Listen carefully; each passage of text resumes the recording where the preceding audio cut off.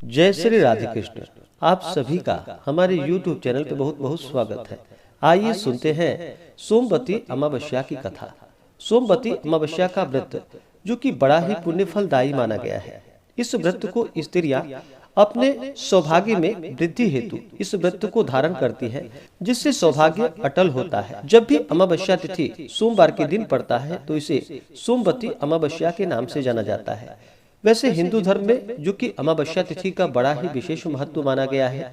अमावस्या तिथि के दिन स्नान करना, दान करना और अपने पितरों के निमित्त श्राद्ध तर्पण आदि का कार्य करने का भी विशेष महत्व माना गया है। वहीं पे सोमवार के दिन पड़ने वाली अमावस्या तिथि के दिन इस दिन विशेष प्रकार से पीपल वृक्ष के नीचे बैठ करके पूजन किया जाता है। पीपल वृक्ष का जो कि इस दिन अक्षत, चंदन, पुष्प, धूप, दीप आदि से पूजन करके सुहाग की वस्तुएं अर्पित की जाती है और फिर पीपल वृक्ष की 108 बार परिक्रमा भव्य देते हुए की जाती है। इससे सौभाग्य में वृद्धि होती है, सौभाग्य अटल होता है, दाम्पत्य जीवन खुशहाल होता है। और फिर सोमवती अमावस्या व्रत का कथा भी श्रवण करना चाहिए। सोमवती अमावस्या तिथि के दिन इस दिन जो कि पीपल वृक्ष के नीचे गौरी गणेश का पूजन किया जाता है, भगवान शिव, माता पार्वती तथा भगवान विष्णु का पूजन किया जाता है।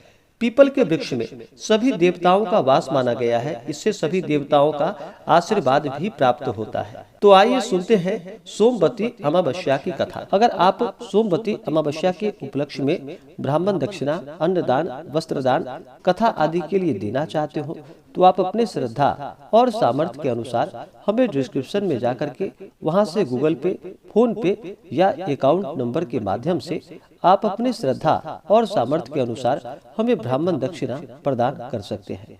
तो आइए सुनते हैं सोमवती अमावस्या की कथा। तो बोलिए प्रेम से भगवान भोलेनाथ की जय, माता पार्वती की जय, भगवान विष्णु की जय, माता लक्ष्मी की जय, सर्वदेवी देवता की जय। कथा के अनुसार एक साहूकार के 7 बेटे, 7 बहू और एक बेटी थी। साहूकार के घर रोज एक जोगी आता था, जिसे साहूकार की बहू भिक्षा देती थी। उस जोगी को जब साहूकार की बेटी भिक्षा देने के लिए आती, वह उससे भिक्षा नहीं लेता था और कहता था, तेरे भाग्य में सुहाग के जगह दुहाग लिखा है।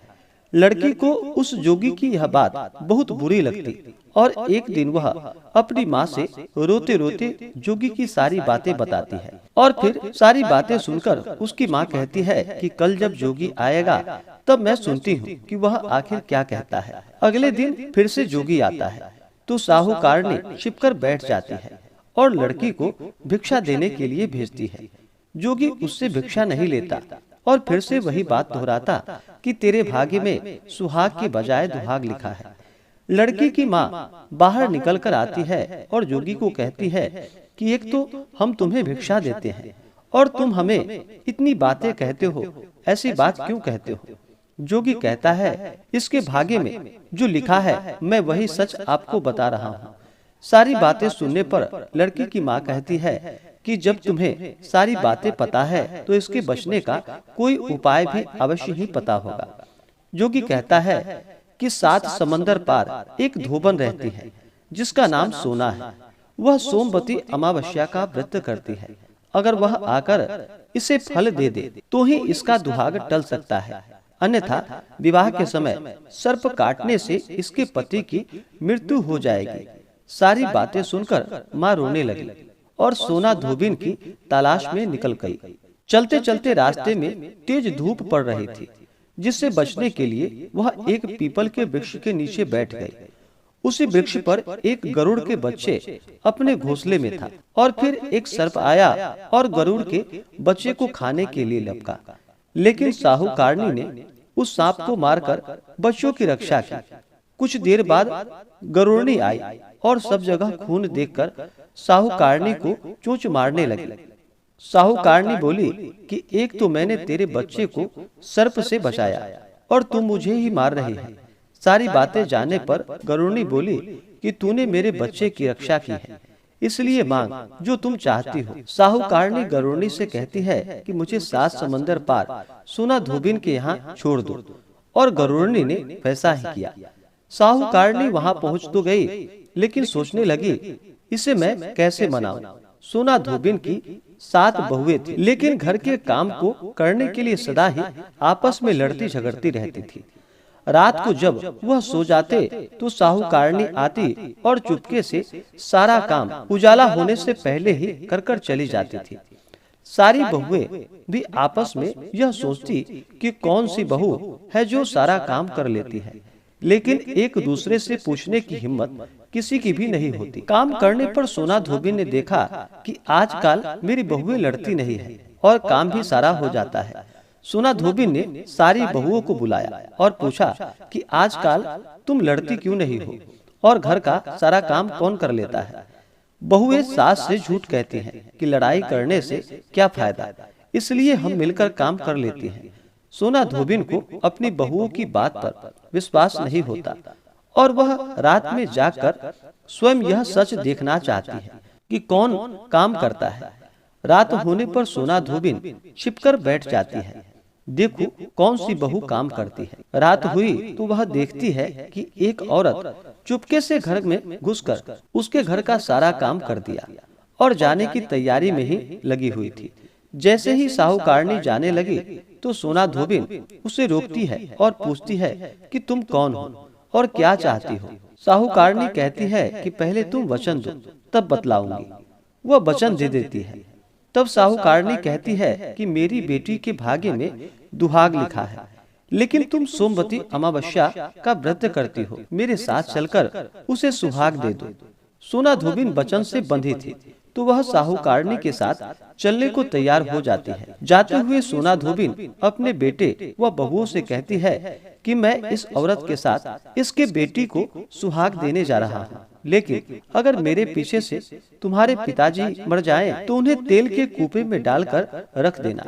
धोबिन साहूकारनी के घर पहुंच जाती है। साहूकारनी अपनी बेटी का विवाह करती है तो फेरों के समय सोना धोबिन कच्चा करवा, दूध तथा तार लेकर बैठ जाती है। कुछ समय बाद सर्प आया और दूल्हे को डसने लगा तो सोना धोबिन ने करवा आगे कर तार से सांप को बांध दिया और सर्प मर गया। तब सोना धोबिन ने लड़की को सुहाग दिया और कहा कि जितनी अमावस्याएं मैंने की हैं, उन सभी का फल साहूकारनी की इस लड़की को मिल जाए। अब आगे जो अमावस्याएं आएंगी मैं उसे करूंगी, उसका फल मेरे पति व मेरे बेटे को मिले। सभी लोग सोमवती अमावस्या की जय जयकार करने लगे। सोना धोबिन अपने घर वापस जाने को तैयार हुई तो साहूकारनी ने कहा कि तुमने मेरे जमाई को जीवन दान दिया है, इसलिए तुम जो चाहो मांग लो। सोना धोबिन बोली कि मुझे कुछ नहीं चाहिए और वह चली गई। रास्ते में चलते हुए फिर से सोमवती अमावस्या आ गई। उसने पीपल के पेड़ के नीचे बैठकर कहानी कही, व्रत रखा और पीपल पेड़ की 108 बार परिक्रमा की। पीपल के पेड़ की पूजा के बाद वह घर जाती है तो देखती है कि उसका पति मरा पड़ा है। अब रास्ते में जो सोमवती अमावस्या उसने की थी उसका फल अपने पति को दे दिया, जिसके प्रभाव से वह पुनः जीवित हो गए। सब कहने लगे कि तूने ऐसा क्या किया जो तेरे पति जिंदा हो गए। वह कहती है कि मैंने तो कुछ ऐसा नहीं किया, बस रास्ते में सोमवती अमावस्या आ गई थी जिसका मैंने व्रत किया, कहानी कही और पीपल के वृक्ष की 108 बार परिक्रमा की। अब सारी नगरी में ढिंढोरा पिटवा दिया गया कि हर कोई सोमवती अमावस्या का व्रत करे, पूजा करे और व्रत रखकर कहानी कहे और सुने और पीपल के वृक्ष की 108 बार भवरी देकर परिक्रमा करे। हे सोमवती अमावस्या, जैसे आपने साहूकार की बेटी का सुहाग दिया वैसे ही सबका देना। तो बोलिए प्रेम से भगवान भोलेनाथ की जय, माता पार्वती की जय, लक्ष्मी नारायण भगवान की जय, सर्व देवी देवता की जय। इसी प्रकार से जो भी सच्ची श्रद्धा के साथ, नियम और निष्ठा के साथ सोमवती अमावस्या का व्रत करते हैं, पूजन करते हैं, कथा श्रवण करते हैं, पीपल वृक्ष की परिक्रमा करते हैं, उनके सौभाग्य में वृद्धि होती है और दाम्पत्य जीवन खुशहाल होता है तथा समस्त प्रकार के सुख और समृद्धि की प्राप्ति होती है। तो आशा करता हूँ कि यह जानकारी आपको अच्छा लगा हो। ऐसे ही ज्ञानवर्धक जानकारियाँ प्राप्त करने के लिए हमारे इस चैनल पे अगर आप नए हैं तो चैनल को लाल बटन दबा करके सब्सक्राइब करें, साथ में बेल आइकन घंटी को दबाएं ताकि मेरे वीडियो का नोटिफिकेशन आपको समय से मिलता रहे। वीडियो को लाइक करें, शेयर करें। सुखी रहें और स्वस्थ रहें। जय श्री राधे कृष्ण। धन्यवाद।